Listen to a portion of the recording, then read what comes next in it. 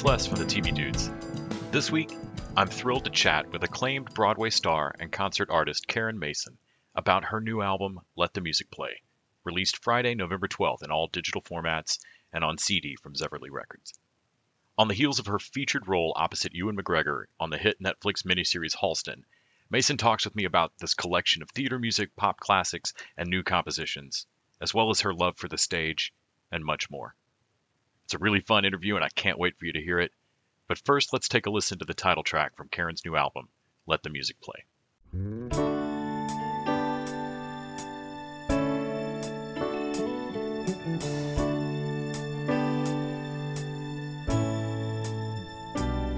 We've been living life apart. We've felt hopeless and oppressed, with a song deep in our heart that had no place to be expressed. But a brand new day is dawning as at last we find our way. On this bright and glorious morning, it is finally time to say, let the music play, let our voices soar, starting now today and forevermore. We've come through the night, we have found our way, now the time is right, let the music play.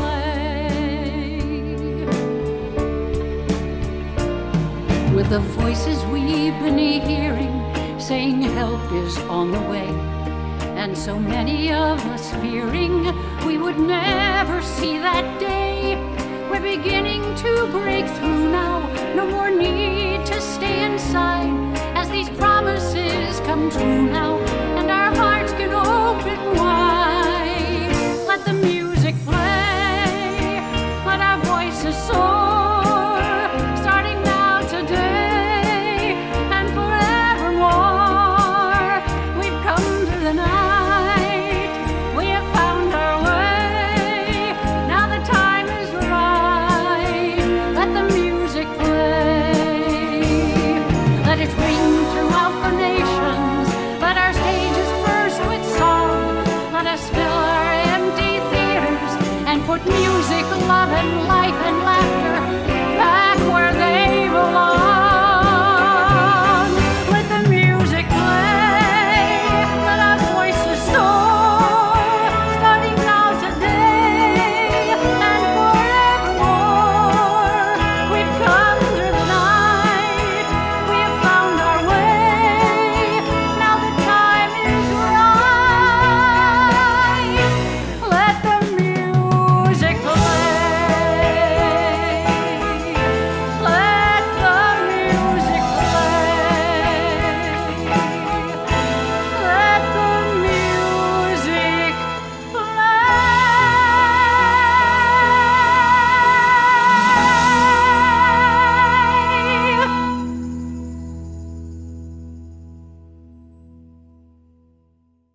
Hey, Les, how you doing? Doing great. Thank you so much for making time today. I really appreciate it. Oh my goodness, are you kidding? I'm thrilled that you wanted to interview me. So I was just sitting here listening to a little bit of housekeeping. People will have just heard the title track, Let the Music Play, prior to the interview, just so you're Great. aware. But I was just listening to your cover of the Lennon McCartney song of In My Life, which is just Oh. gorgeous. Thank you. And something Thank you. I've always wondered. I mean, you've done Mamma Mia on stage. You've put out albums, sang obviously covers of pop songs. I always think about when I sing karaoke or just to vent emotions or whatever.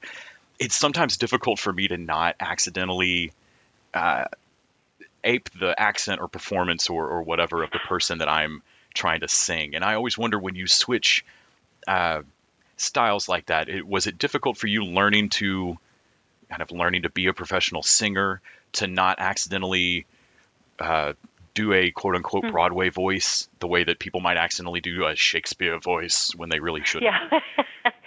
Well, I guess we all learn by imitating. I think that's, not to discount imitating in any way. I think listen, I learned some of my finest tricks from Frank Sinatra and Barbra Streisand. That's who I listened to. And after a long period of time, I've been doing it for 40-something years, and I was lucky to work with people who helped me to find my own voice in all of this music.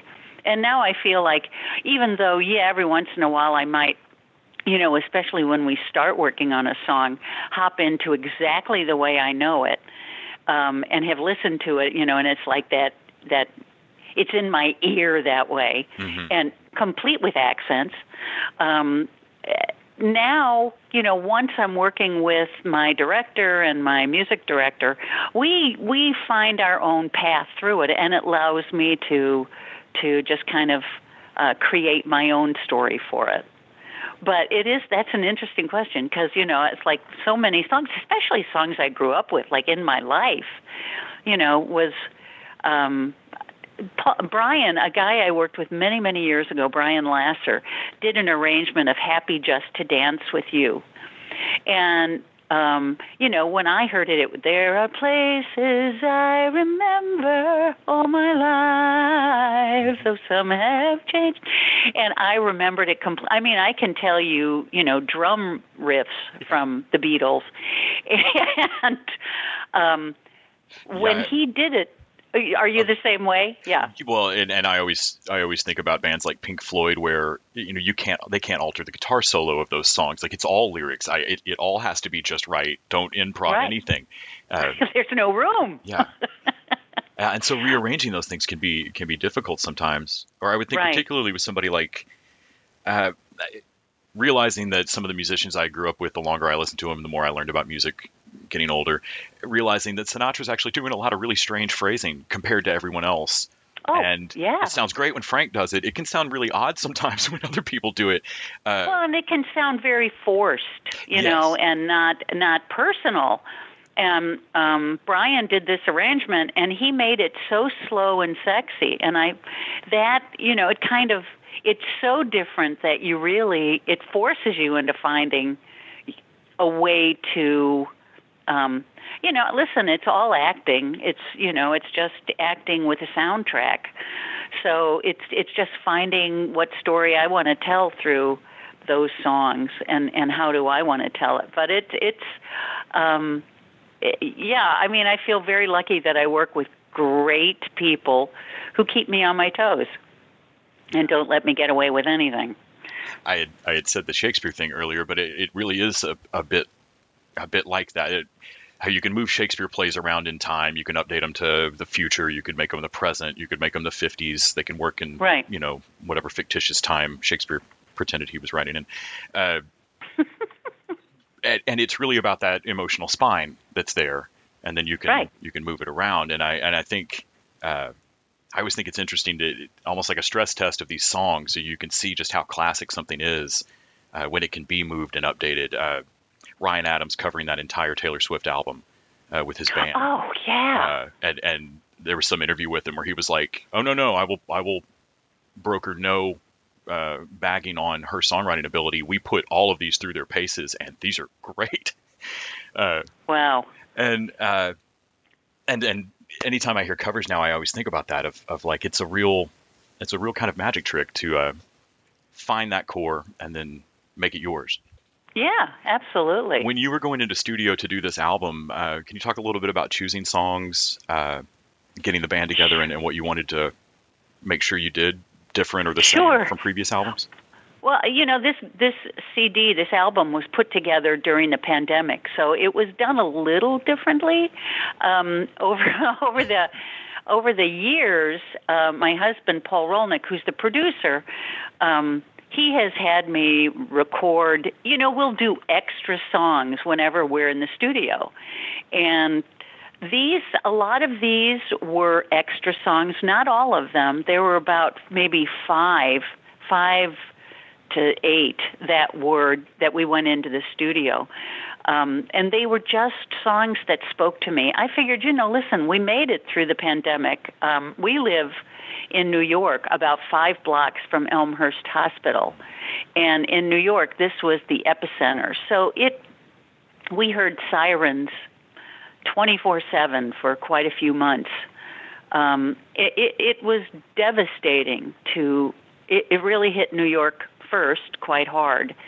And Paul and I were just, we had to stay home, and we started looking at all these tracks and how I, as a person, changed, how we all changed from the pandemic. I think we all changed a lot during it, and I would hope we all changed, because it was a lot of time to have to do nothing. So you might as well use it to be constructive. And we looked at all of these tracks, and so many of them were speaking to parts of me that I was feeling I wanted to talk about on a new CD. And it was funny, because when Paul presented to me the idea, and then all the songs that he had already tracks of, and I'd say, yeah, I want that one, I want that one, I want that one, and it really was. It became such a. It sounds so trite, but it really became a personal expression of the woman, the person, the entertainer, who I want to continue to be, get rid of the stuff that's not working, and who I want to continue to be, and the stories I want to tell and how I want to tell them. And then when we had other choices that we wanted to add, like let the music play. Actually, when Paul wrote this with David Friedman, David and his husband and Paul and myself have been Zooming every Tuesday for the past year. Now, I'm not quite sure. We had been friends for a long time, but all of a sudden, every Tuesday, we were Zooming. I have a standing Tuesday Zoom call with a friend of mine for the last year as well, and we were friends before, but it was a once-a-week lifeline kind of thing. Yeah, that's really funny.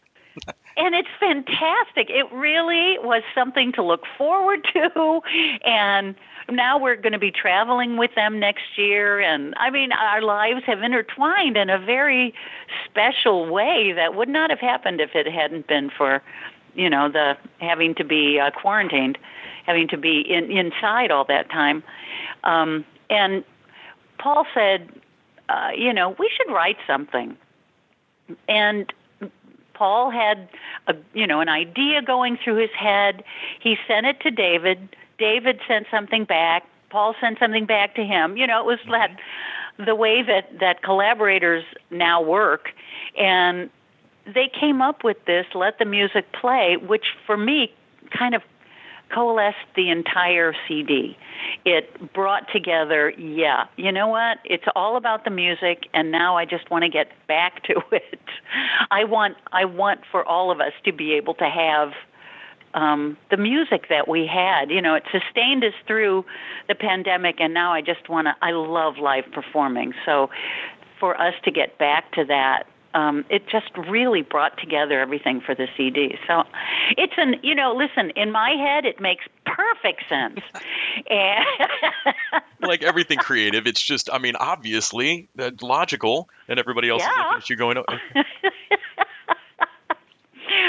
But what was interesting is when we sent the list of songs to the gentleman who did our graphics for the album cover and everything, he said, wow, I looked at these and it's exactly what I've been feeling for the past year.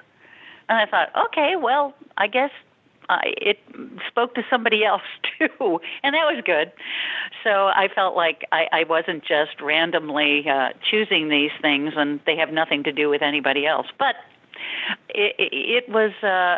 I'm really proud of this. It's kind of all over the place, and I like that personally. And I would never. I don't think we should seek out hardship. Life takes care of that on its own. But True. And I would never wish another draft or Vietnam or something. But the only silver linings that we seem to get out of these things really are the art, for better or worse. And so having all come through this together, it's been the only tiny thing that I've really been looking forward to on the other side of this, is that I've seen so many creatives push past that last hurdle of being able to collaborate over a distance, or finally go, you know what, fine, maybe we can do this over Zoom. And continue to make it. There wasn't a, I don't know why I thought it would, but it didn't just suddenly stop everybody. We didn't all just stand there gobsmacked and not make any art for a year. Well, and if we did stand there gobsmacked, it was for a short period of time, and then it went into people started going, I can't do this much longer. First of all, I'm going to weigh 700 pounds because I'm eating everything in sight. Yeah, and Costco does deliver, by the way. So we would buy in bulk and have it delivered. I'm still working through this awful toilet paper I bought. We still have quite a lot, by the way. My husband freaked out, bought lots of paper products, and we still have quite a few of them hidden behind a chair somewhere. It's hysterical. But at the beginning of when we were all inside and all the shows had closed and I had to cancel quite a lot of, it was canceled for me, a lot of work. It impacted so much.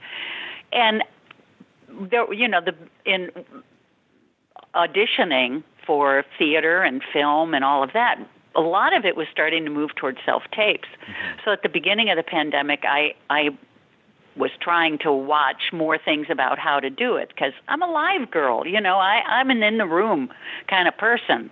I prefer that, and I can control it better, I think, is why. But I started watching all these videos about how to do self-tapes, and I thought, okay, just jump right in, Karen. So on every Wednesday or Thursday, I started doing little Facebook shows, and I did it for a whole year, every Thursday at 5:30 for a half an hour, and started to learn how to sing to track better.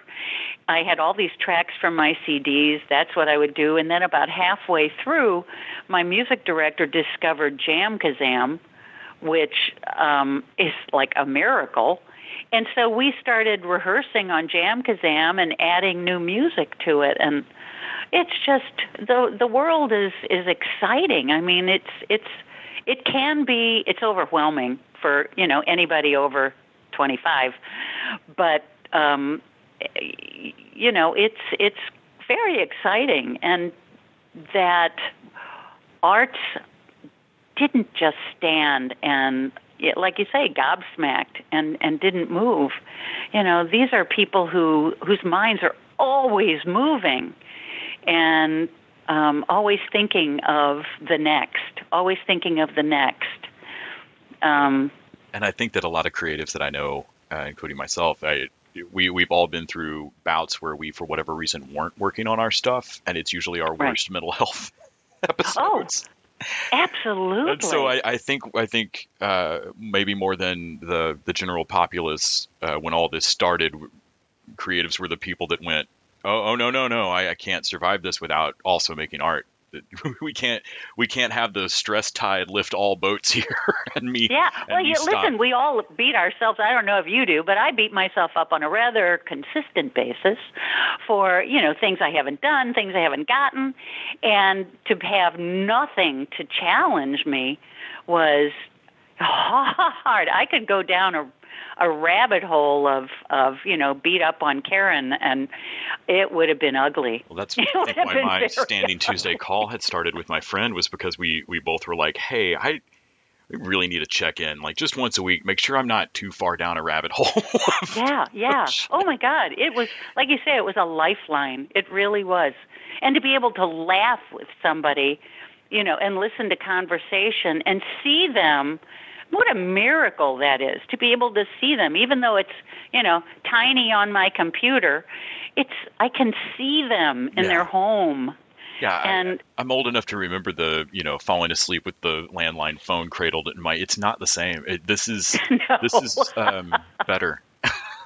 It is better. It is much better. I have a relative my niece lives in Australia, and to be able to see her during all of this, and all my family in Chicago, it just is better. It's better. You, of course, you've been great on stage. You've been great on small screen. You've been great in albums. You've movies. When you shift performances like that, is there? I'm sure everybody feels like there's something that they do better or worse in the scope of their talent. Have you had a performance where you thought it was particularly difficult for you to modulate it to the correct format, not, sing to the back row when it's a television screen, or did you ever have a particularly difficult shift where you got a gig and thought, oh wow, I'm really gonna have to step it up? Yeah, it is a totally different thing being in the room and performing. Actually doing those little Facebook shows and YouTube shows, I had to learn not to, I didn't have to sing to the people in the back row because they were basically a little hole in my computer. And it was that was challenging for me. It taught me I can sing a lot less than I have. And oh God, I hate to admit this, but I'm a gesticulator. I use my hands, I use my face, and all of that is just a little too large on the small, in film and taping, and you do have to really be careful of that. I think that's why I really, live performing, it's over, and they'll have a very fast impression, and then it's over. And with tape and film and all the video, it's there. And you get to see it over and over and over again. And it's a challenge. Doing Halston, I think, was a challenge for me, because I'm like I said, I'm used to theater and live performing, and to make that switch is a challenge. But I have to say that it's probably the hardest part is auditioning, because you're not in that moment. You don't have the costumes, and you don't have the other actors, and it's such a vacuum of such an isolated thing, the audition. When I was with, on set and doing my scenes with Ewan McGregor, who, by the way, is adorable and so sweet and so kind and so wonderful and so giving. It was easy to be in that moment and not be huge, not be using my hands an awful lot and doing an awful lot of, facial gestures. It was much easier to do in the moment than it was for the audition. It's harder to do for the audition. Yeah, I think in doing my research, I'd read about your audition for Eva Peron that you had talked about, and I remember thinking, well, with everything being self-taped now, you could do that 5 more times. Yeah, exactly. And you could sing it to track. If you're really good at doing lip syncing, you could sing it to track. You could correct the track. It's a phenomenon. It really is. I like people to be in the room and then have a reaction, and then it's over. They can't go back and check out my mistakes. Yeah, I think there's something about that both in the audition and in the audience, in the live performance of it. I've missed it from my side. There's, even watching theater, the amazing amount of theater that I have seen, when the show's plot would allow it, jump to a meta Zoom kind of format, has been really neat this past year. But even then, there's a distance and a judging observation safety distance for me as an audience member. Whereas when I'm in the room, even though I'm not learning any of the lines or doing any of the things, that audience is part of that performance. Right. And their tone and their energy and their reaction. And so they're not just remembering you, they're going home and kind of blending it all together where they were that Saturday or that Sunday or whatever. Right. It's about the experience. I seriously believe that in the room, molecules change. The electricity in the air really changes, and it's part of that experience. It's not a static, I'm sitting here and you're over there. It's a communication, it's a conversation. It's everybody's in the room and sharing it, and everybody's as important a part of it. Everybody's an important part of the experience. And it's to get back and to be able to do that. I know it might sound kind of silly, but I felt alive doing my first live performance. I must have been running like 300 miles an hour. I'm surprised the show wasn't 10 minutes because it was an hour. But I was so high just to be in the room with people, singing to them and seeing faces and having that conversation, hearing their reaction. And that is my very favorite thing to do, whether I'm in an audience or performing. And I think that's one of the things that makes it often difficult to justify or argue for the arts is how intangible some of these things are. We think about I've got to pay my bills, or I've got to do this safety thing, or make sure the car's running, and the grease for those wheels that allows you to do all those tasks is this intangible creative experience of either seeing a movie you love with friends, or going out to a concert, or just being around people. And when that's gone, maybe you can't put your finger on it, but everything's grinding and everything's a little harder. And so I think these moments like this past year hopefully really help us realize how valuable community is, and singing and making noise and being fun. Mm-hmm. Yeah, and with each other. Not just sitting in your home and doing it, but doing it with the social part of it, the community part of it, like you said. I'm sure my friends are laughing hearing me argue for this, because I was just short of a shut-in prior to the pandemic, and so I had friends checking on me of like, Les, you can't just give up on people. Well, listen, I think everybody's kind of felt that every once in a while. Like, I'm giving up on everybody. You know what? I'm good. But even I miss, and that's kind of where I realize I have a fairly high tolerance for being alone, and when it hits me, it usually is a wake up call of checking on all my friends, of going, oh gosh, you guys were probably freaking out 3 weeks ago. Is everybody okay? Are we all still here? Are you a writer? Yes. Yeah. See, writers tend to be a little bit more. They're fine with alone. I made up 5 people last week I hung out with. We're good. Thank you so much for talking to me about all of this today. It's just absolutely wonderful to get to speak with you.